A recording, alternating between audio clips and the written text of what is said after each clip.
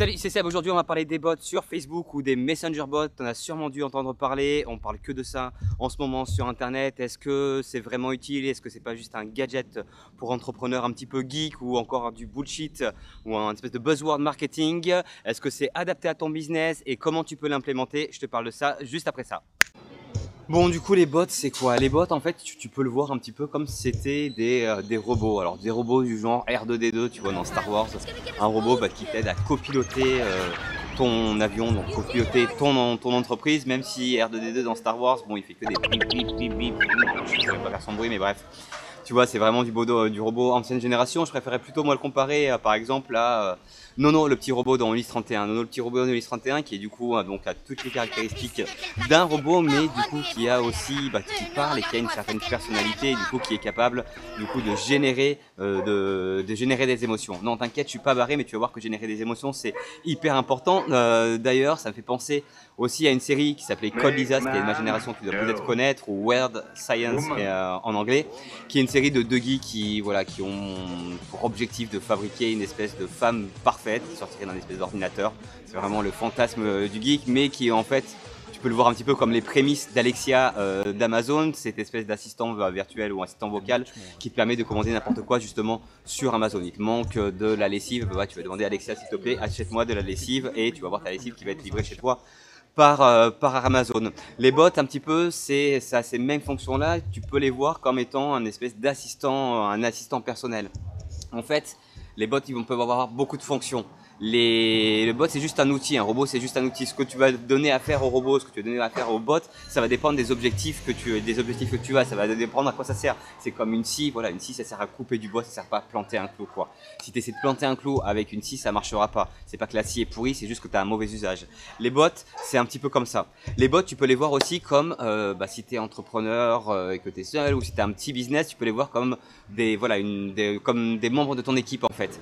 Un bot, ça peut faire le boulot par exemple de 100 commerciaux, parce que le bot il est capable d'aller, si tu lui apprends bien à faire les choses, d'aller chercher directement tes prospects sur internet, sur Facebook, d'aller voir quelles sont les personnes dans ta communauté qui seront les plus intéressées ou les plus probablement ceux qui sont le plus aptes justement à acheter tes produits.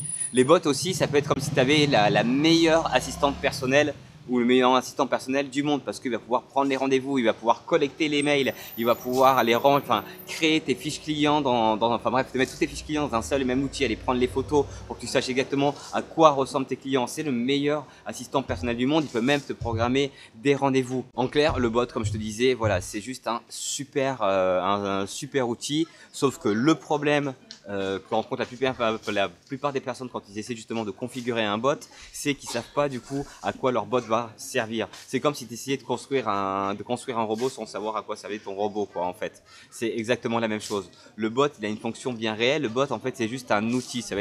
Alors ça peut être soit un outil, un prolongement de tes mains, soit un prolongement de ton cerveau. Il va pouvoir soit penser comme toi, soit du coup faire les choses comme toi. Enfin, en fait, mettre en place des actions comme toi tu vas l'avoir à faire. Et quand on parle de bot, t'inquiète pas, c'est pas un truc qui est compliqué, t'as pas besoin de savoir coder, on va pas utiliser de PHP, de JSON, de choses comme ça. En fait, on va juste modéliser certaines actions. C'est hyper simple, sauf qu'encore une fois, le gros problème des personnes qui essaient de lancer un bot, voilà, comme ça, parce qu'ils ont rendu, ah putain, il faut un bot sur Facebook dessus. Ils le configurent la plupart du temps mal. Ils vont le configurer d'une manière, si tu veux, complètement basique. Je te parlais tout à l'heure des temps modernes de Charlie Chaplin. C'est ça, le bot va juste faire office de répondeur. Il va juste répondre un message automatiquement à toutes les personnes qui envoient un message sur Facebook. Ça, c'est vraiment le premier niveau du bot, mais tu peux aller justement beaucoup plus loin. Par contre, la problématique et ce qu'il faut vraiment avoir en tête quand on construit un bot, c'est de comprendre et en tout cas de se poser la question à quoi ça va me servir. Quel est au final mon objectif avec ça? Quelle expérience je veux proposer à mes clients et surtout penser qu'il faut arriver bien à modéliser.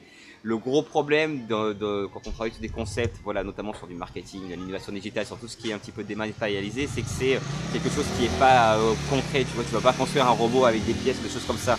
Donc le fait justement d'arriver à modéliser tes stratégies, modéliser tes expériences, modéliser du coup pareil ton bot, tu vas voir que ça va permettre à ton cerveau d'arriver justement à mieux comprendre et à mieux savoir si l'expérience que tu vas proposer, elle va correspondre justement à son objectif qui est final, qui est du coup voilà de combler en fait si tu veux un problème. Et ce qui est génial avec les bots, c'est que la seule limite justement c'est ta créativité.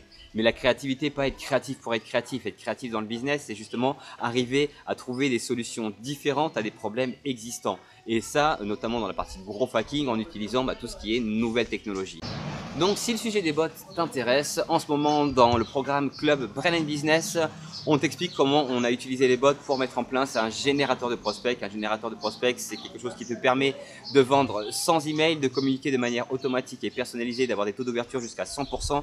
Et surtout, c'est un outil qui est génial pour aller chercher tes clients, pour aller en fait là pour le coup le robot que tu vas construire. Son but va être justement d'aller chercher dans ta communauté les profils de personnes qui, de par leur comportement, sont le plus aptes justement à consommer tes produits pour leur envoyer des messages et tout ça sans adresse mail et sans budget Facebook ni investissement en budget en campagne publicitaire. Si ça t'intéresse, tu as le lien dans la vidéo. Sinon, on se retrouve très vite pour une prochaine vidéo. Salut!